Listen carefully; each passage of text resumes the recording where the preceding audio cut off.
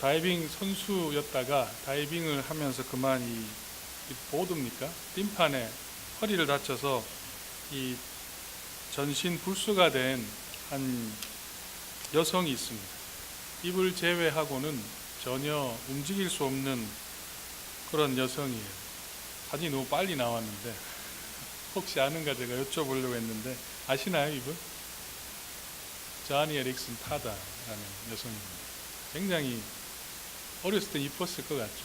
아마 여러분들보다는 좀 못하지만 굉장히 아주 미모가 탁월했던 여성인 것 같은데요. 지금 보시면 알지만 입에 연필을 물고 그림을 그리는 그런 삶을 지금 살아가고 있습니다. 얼마나 절망했을까요? 어린 나이에 온몸에 사지를 쓰지 못한다는 것은 아마 죽기보다 더 힘든 그런 고통이었을 것 같습니다. 그런데 그때 한 전도자가 찾아와서 그에게 예수를 믿으라고 간증을 했습니다. 그리고 하나님은 당신을 사랑합니다. 이렇게 계속 이야기를 했어요. 그러자 이 어릴 때 이 소녀가 화를 벌컥 내는 거예요. 사랑이 나며 어떻게 나의 이러한 모습인데 하나님께서 나를 사랑한다는 말이 됩니까? 가서 당신의 하나님 앞에 전하십시오. 제발 날 사랑하지 말라고 그렇게 이야기를 했었습니다. 하지만 계속해서 그 전도자가 이 소녀를 찾아가서 하나님의 사랑에 대해서 계속 십자가의 은혜를 증거했습니다. 그 노력 가운데 어느 정도 이 소녀의 마음이 열리기 시작했어요. 그때 전도자가 이런 말을 합니다. 당신이 만일 고통 속에서 하나님 앞에 감사한다면 당신은 하나님 앞에 크게 쓰임 받을 겁니다. 그 말을 듣고 이 자매가 한번 내가 이를 악물고 감사를 해보겠다. 그렇게 결정을 하고 실천했습니다.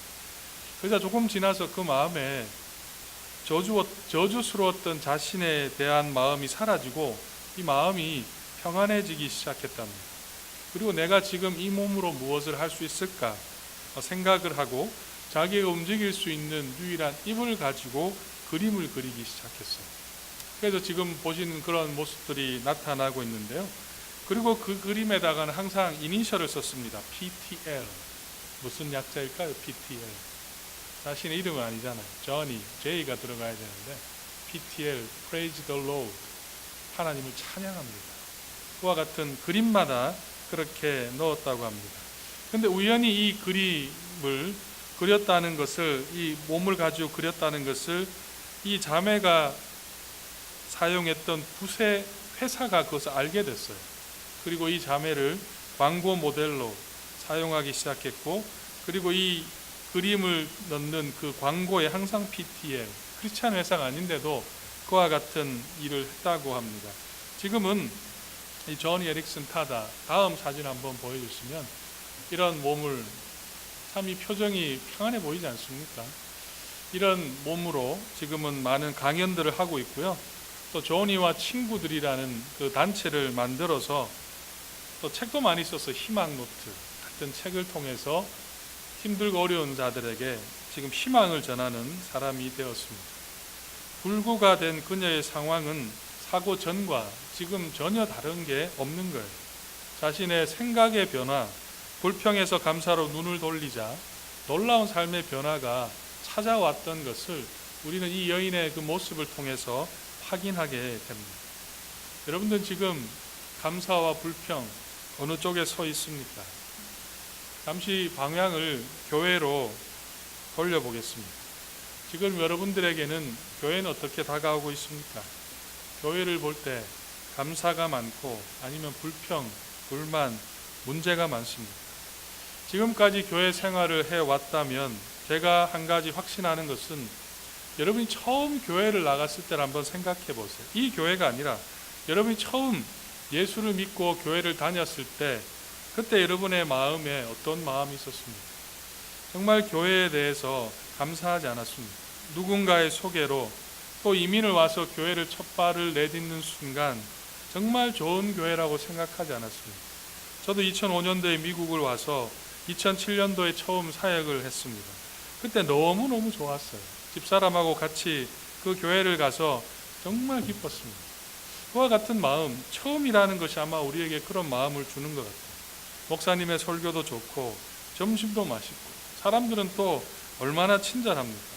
또 큰 교회를 다니신 분들은 경험하시겠지만 좋은 건물, 좋은 교육 시설들을 갖추고 있습니다. 또 역사와 전통이 또 프라우드하기도 하고 교인들의 의식의 수준도 수준이 있는 분들이라 생각하면서 교회를 아마 다녔을 것 같아요.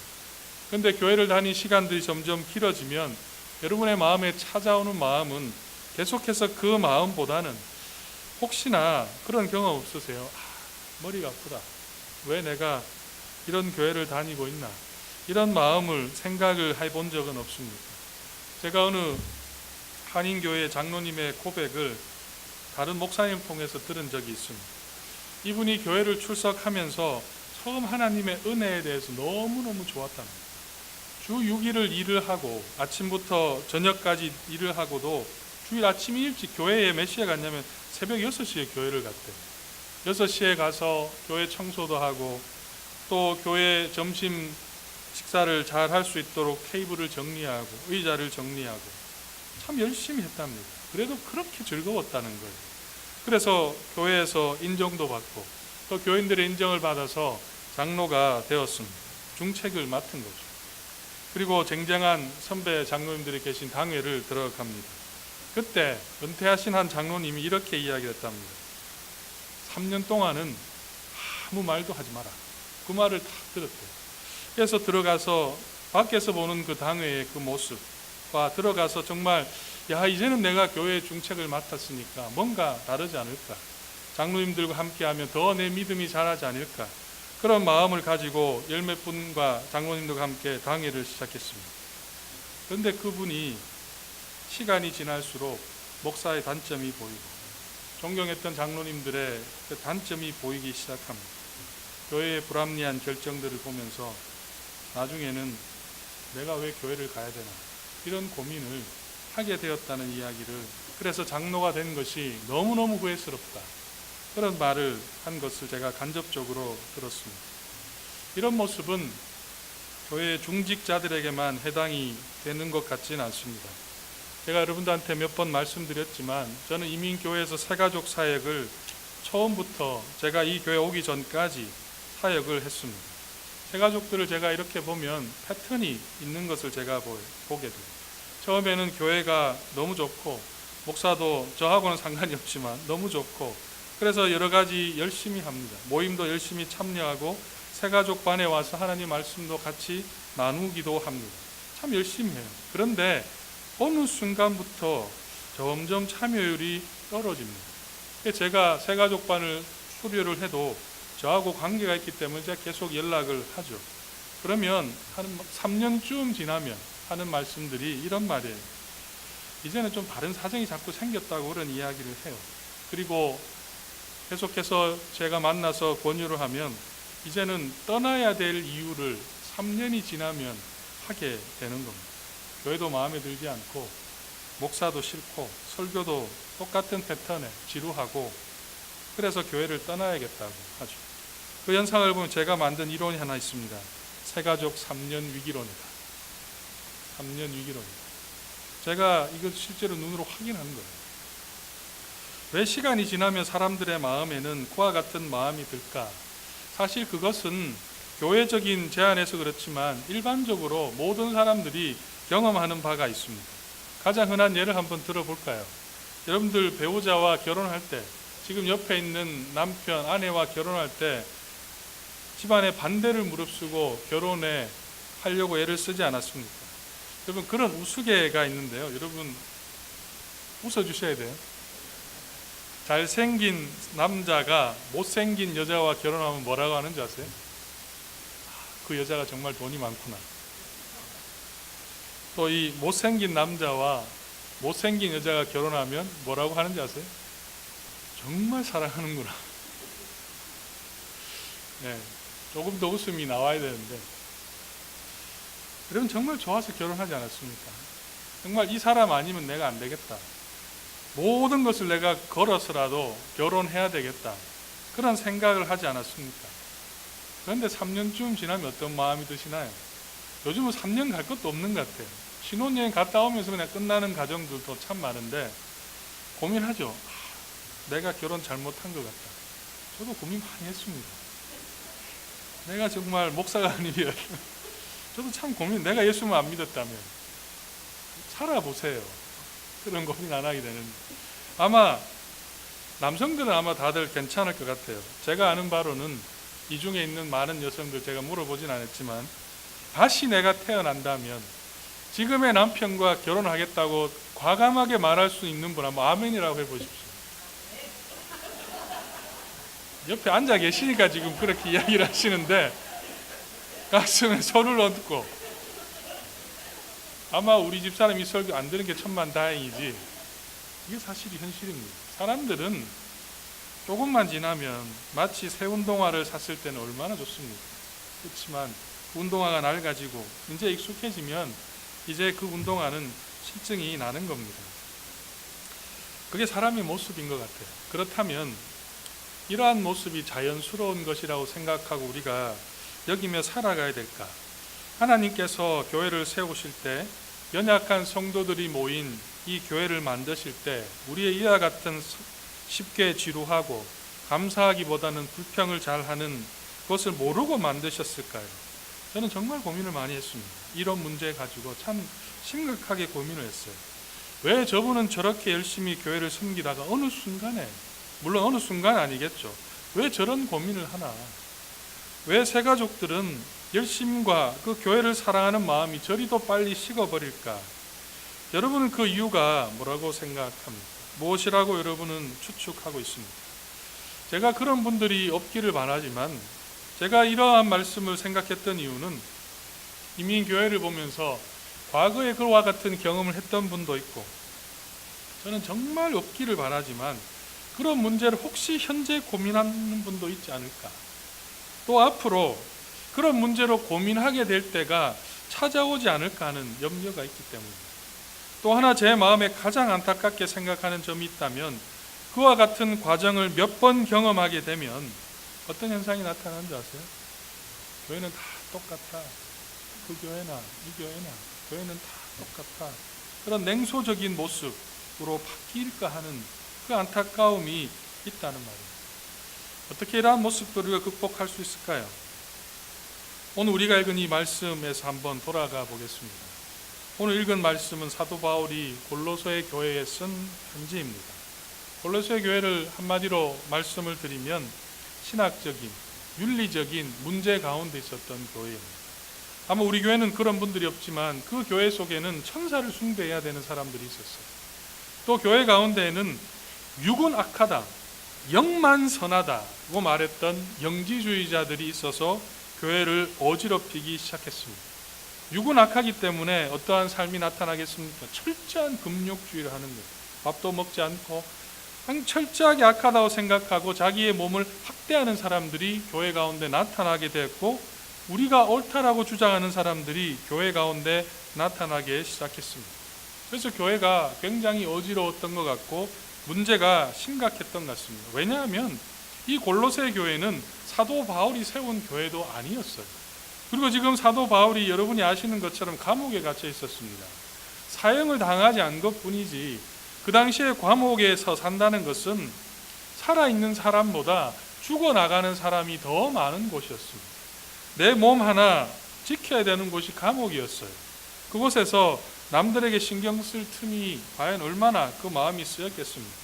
하지만 바울이 이 편지를 썼다는 것은 그만큼 바울의 마음 속에는 이 교회를 향한, 그 문제를 향한 그 힘든 마음이 있었던 반증이라고 저는 생각했습니다.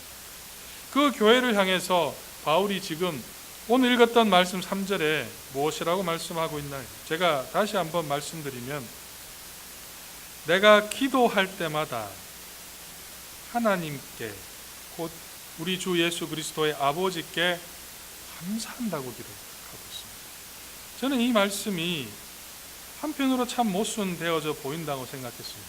바울의 그 상황, 또 뒤에 바울이 다루고 있는 그 골로새 교회의 문제와 놓고 생각해 보면 제 마음에 드는 생각이, 어떻게 이런 감사가 나올 수 있을까?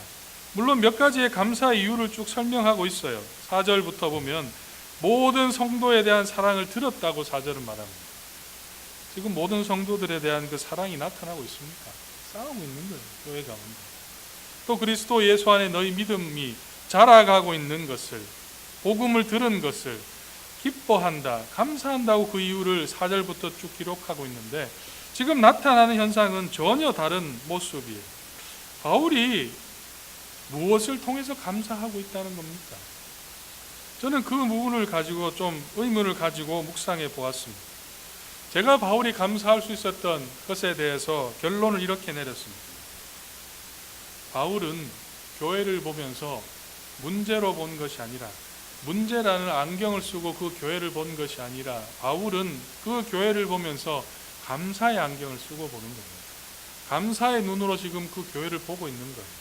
바울은, 여러분 댁에 가셔서 바울이 쓴 서신들을 한번 쭉 읽어보십시오. 바울은 항상 그 교회를 향해서 감사한다고 기록했어요. 에베소서 1장 16절에도 이렇게 말합니다. 내가 기도할 때에 기억하며 너희로 말미암아 감사하기를 그치지 아니한다고 말씀했습니다.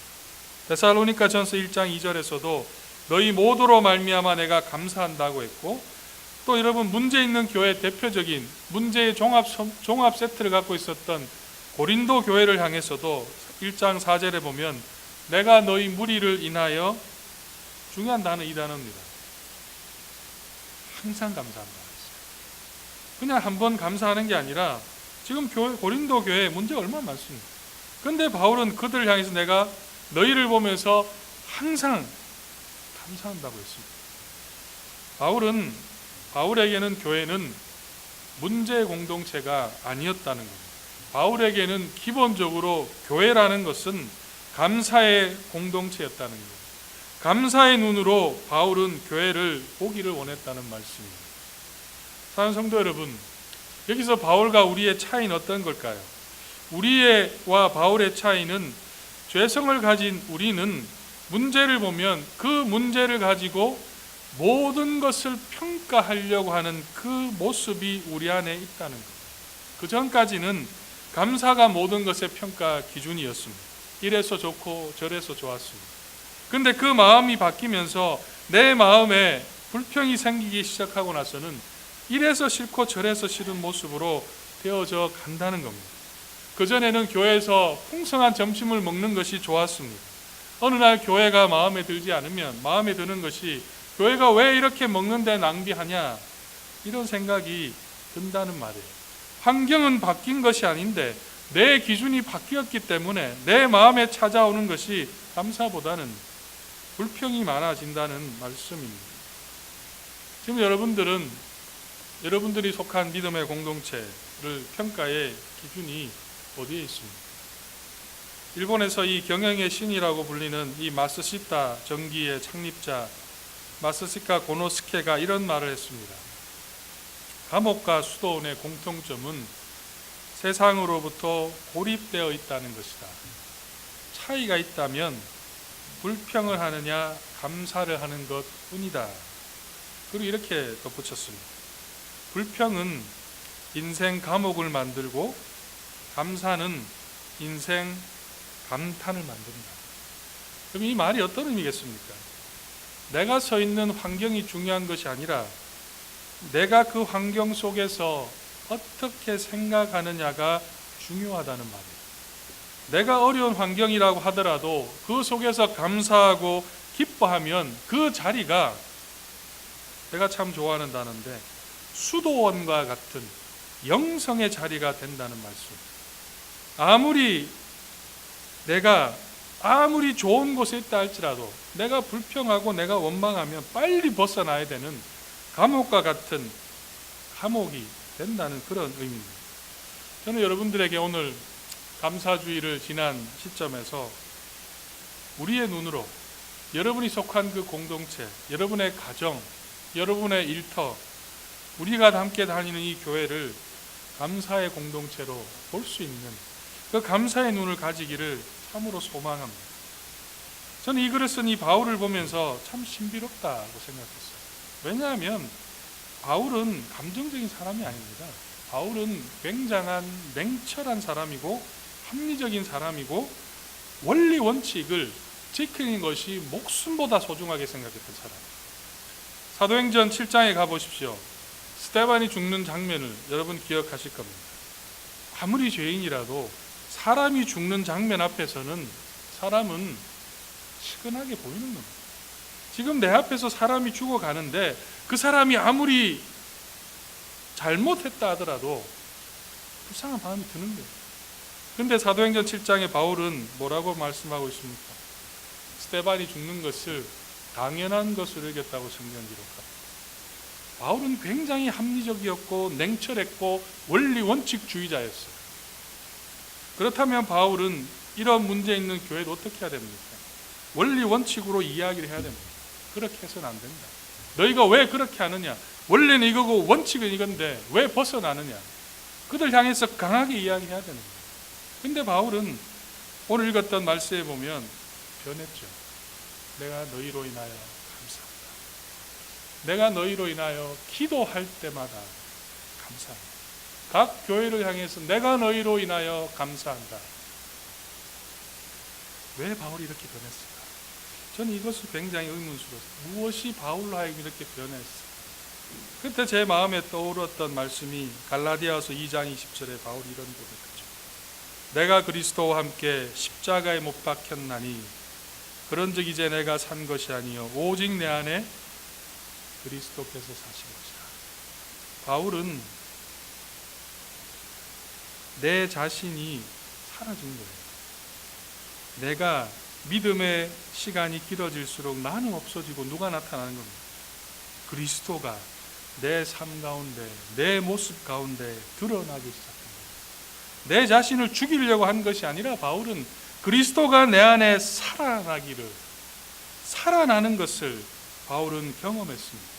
그래서 예수님이 우리를 향해서 허물과 죄로 많은 사람들을 사랑의 눈으로 본 것처럼 바울도 사랑의 눈으로 성도들을 보기 시작했고 교회를 보기 시작했습니다. 사랑 여러분, 그러한 문제가 사라지면 감사가 생겨날까요?